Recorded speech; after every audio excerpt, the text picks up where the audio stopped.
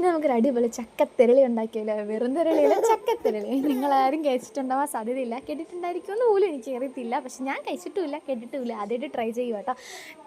അതിനായിട്ട് നല്ല പഴുത്ത ചക്കയിൽ അതിൻ്റെ ചവണിയൊക്കെ കഴിഞ്ഞ് എടുക്കുക. അതിനുശേഷം അതിനകത്ത് കുറച്ച് ഏലക്ക ഇട്ട് നല്ല രീതിയിൽ മിക്സിയിൽ അടിച്ചെടുക്കുക. അപ്പോഴത്തേക്ക് എൻ്റെ ആദപ്പം ഉണന്ന് കേട്ടോ.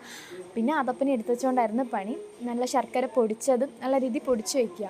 ഇവനാണെങ്കിൽ ഇതെന്താ സംഭവം, ഇതെന്തുണ്ടാക്കുക എന്നിങ്ങനെ ആലോചിച്ചുകൊണ്ടിരിക്കുകയാണ് തോന്നുന്നുണ്ട്. ചെറിയൊരു പുഞ്ചിരി. ഞാൻ വെച്ച ആളിന്ന് ശോകമായിരിക്കും, എന്നെ ഒന്നും ചെയ്യാൻ സമ്മതിക്കില്ല, നാളെ ഉറങ്ങണണ്ടും കൊണ്ടാണ് ഉണ്ടാക്കാൻ ഇരുന്നത്. അങ്ങനെ പിന്നെ ചക്കയ്ക്കകത്ത് നമ്മൾ ഈ പൊടിച്ച ശർക്കരയും കൂടി ഇട്ട്, പക്ഷെ നല്ല രീതിയിൽ പൊടിയണം കേട്ടോ. ഞാൻ ചിറ്റിയിലൊക്കെ ഇട്ടാണ് പൊടിച്ചത്, പക്ഷെ പൊടിഞ്ഞില്ല. കുഴപ്പമില്ല, നമുക്കെന്താ വെച്ചാൽ അഡ്ജസ്റ്റ് ചെയ്യാം. ഇതാരൊക്കെ കഴിക്കും കഴിക്കില്ല എന്നൊന്നും അറിഞ്ഞൂടാ. നാളെ ചക്ക എടുത്ത് അഴുകി കളയണ്ടല്ലോ എന്ന് വിചാരിച്ച് ഞാൻ ഉണ്ടാക്കുന്നതാണ് കേട്ടോ. ആദ്യമായിട്ടാണ് ട്രൈ ചെയ്യണത്, അതും ഞാൻ പറയുവാണ്, കൊള്ളാമോ എന്തോ. പക്ഷേ ഞാൻ പ്രതീക്ഷിക്കാൻ നല്ല സൂപ്പർ ടേസ്റ്റ് ആയിരുന്നു കേട്ടോ. എന്നിട്ട് നമ്മൾ ഈ നല്ല എന്താ പറയുക, നല്ല അരച്ച് വെച്ച ചക്ക ഏലക്കായില്ലേ, അതിലോട്ട് ഈ ശർക്കരയും കൂടെ ഇട്ട് നല്ല രീതിയിൽ ഞാൻ അവിടെ എടുക്കുക. അപ്പം ഞാൻ വെച്ച് ദൈവമേ പണി പാളി. കാരണം നല്ല വെള്ളം പോലെ ആയിട്ടോ. പിന്നെയാണ് എൻ്റെ ബുദ്ധിയിൽ തോന്നിയത്, ശർക്കരയല്ലേ അപ്പം വെള്ളം പോലെ ആവും എന്ന്. പിന്നെ പുട്ടിൻ്റെ പൊടി ഉണ്ടെന്ന് വിചാരിച്ചാണ് ഞാൻ ഇത് ട്രൈ ചെയ്യാൻ പോയിരുന്നത്. പക്ഷേ പുട്ടിൻ്റെ പൊടി കുറച്ചേ ഉണ്ടായിരുന്നുള്ളൂ. പിന്നെ കുറേ ചക്കരയുടെ പൊടിയും കൂടെ എടുത്തിട്ടാ.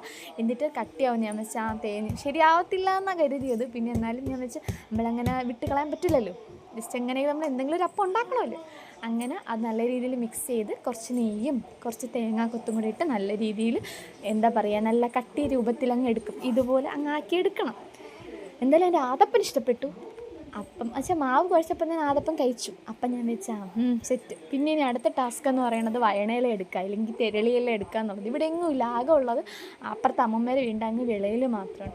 കുറേ തവണ ഞാൻ കയറി ഇറങ്ങിയാണ് ഈ ഇല ഒപ്പിച്ചെടുത്തത്. പിന്നെ അവനെയും തോട്ടേനെയും തെരളിയിലയും കൊണ്ട് വന്നു. ആകെ ഒരു കൊണ്ടേ കിട്ടിയോളൂ. അതിൽ കൂടുതലും ഈ പുഴുക്കളൊക്കെ ചേർന്നതായിരിക്കും. അതെല്ലാം കളഞ്ഞെടുക്കണം, ടാസ്ക്കാണ്. ഇവ ഉറങ്ങിയെന്ന് വിചാരിച്ച് ഉറങ്ങും എന്നുള്ള രീതിയിലാണ് ഞാൻ ഇത് ഉണ്ടാക്കാൻ വേണ്ടി ഇരുന്നത്. അതിനിടയ്ക്ക് ഇവ എണീക്കുമെന്ന് ഞാൻ പ്രതീക്ഷിച്ചില്ല. പിന്നെ ഞാനും എൻ്റെ ആദപ്പനും കൂടെ അതിനെല്ലാം നുള്ളെടുത്തിട്ടോ. ആളെന്നെ നല്ല രീതിയിൽ സഹായിച്ചു. ഉപദ്രവമായിരുന്നു ചെയ്തതെന്ന് മാത്രം.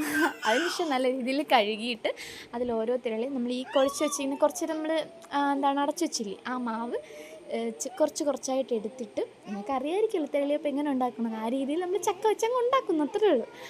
ആ മാവിങ്ങനെ വെച്ച് മടക്കി രണ്ടാമത് വീണ്ടും വെച്ചു മടക്കി. പിന്നെ ഈർക്കിൽ, സാധാരണ പച്ച ഈർക്കിലാട്ടോ വേണ്ടത്. നമുക്ക് പച്ചക്കിട്ട തെങ്ങി കയറാൻ എനിക്ക് സമയം കിട്ടിയില്ല. അതുകൊണ്ട് ഞാൻ ഈ തുറപ്പയിലേക്കിൽ ചൂടുവെള്ളത്തിൽ കഴുകിയിട്ടാണ് എടുത്തത്. തുറപ്പയിലേക്ക് നമ്മളിപ്പം കീറി വെച്ചത് തന്നെ, ഉപയോഗിച്ചതല്ല, അല്ലാത്തത് തന്നെ, അത് ചൂടുവെള്ളത്തിൽ കഴുകിയിട്ടാട്ടോ എടുത്തത്.